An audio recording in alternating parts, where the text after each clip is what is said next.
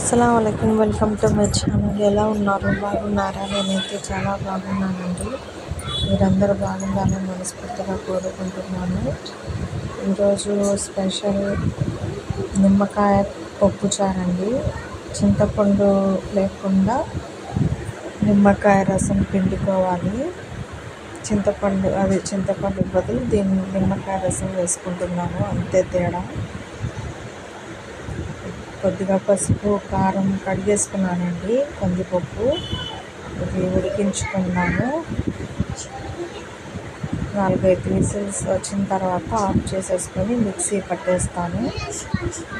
మిక్సీలో వేసేసి ఇంకా తిప్పేసి ఆ పేస్ట్ ఏమో పక్కన వేసేసానండి. చూసారు కదా, మిక్సీ పట్టేసాను. ఇప్పుడు దీంట్లో ములక్కాయలు పోసుకున్నాను. టమాటాలు, ఉల్లిపాయలు 3 వేస్తానండి. నిమ్మకాయ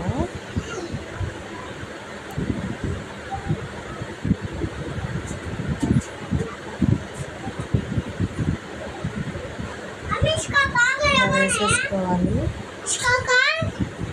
मेहरून कर है देखो.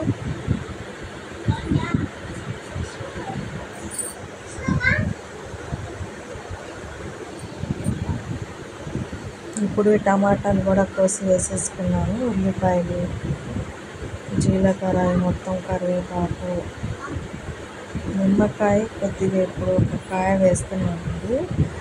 తర్వాత ఉడికిన తర్వాత నిమ్మకాయ పిండేసుకుంటాను.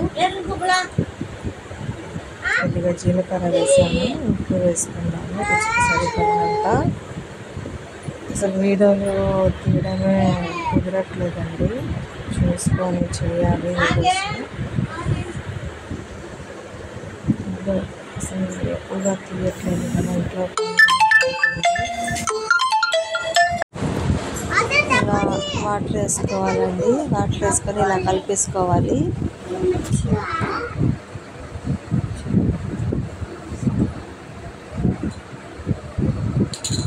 కరివేపాకు వేసుకుంటున్నాను. ఉడికిపోయిందండి, ఇంకా తాలింపు వేసేసుకుంటున్నాను, అంతేనండి. ఈ రెసిపీ కనుక మీకు నచ్చినట్లయితే లైక్ చేయండి, షేర్ చేయండి, సబ్స్క్రైబ్ చేయండి. చింతపండు ఎక్కువ తినకూడదండి, మోకాళ్ళు ఉంటాయి కదా, అరిగిపోతాయంట. చింతపండు అంత మంచిది కాదు, నిమ్మకాయ వేసుకుంటేనే మంచిది. ఇలా ములక్కాయలు ఇలా వేసి చేసుకుంటే చాలా టేస్టీగా ఉంటుందండి. ఇంకా ఇలా కూడా చేసుకోవచ్చండి. ఇంకా సాంబార్ అయితే ఇంకా తాలింపు వేసేసాను, అంతేనండి. చూసారు కదా, లైక్ చేయండి, షేర్ చేయండి, సబ్స్క్రైబ్ చేయండి. ఓకేనండి, బాయ్.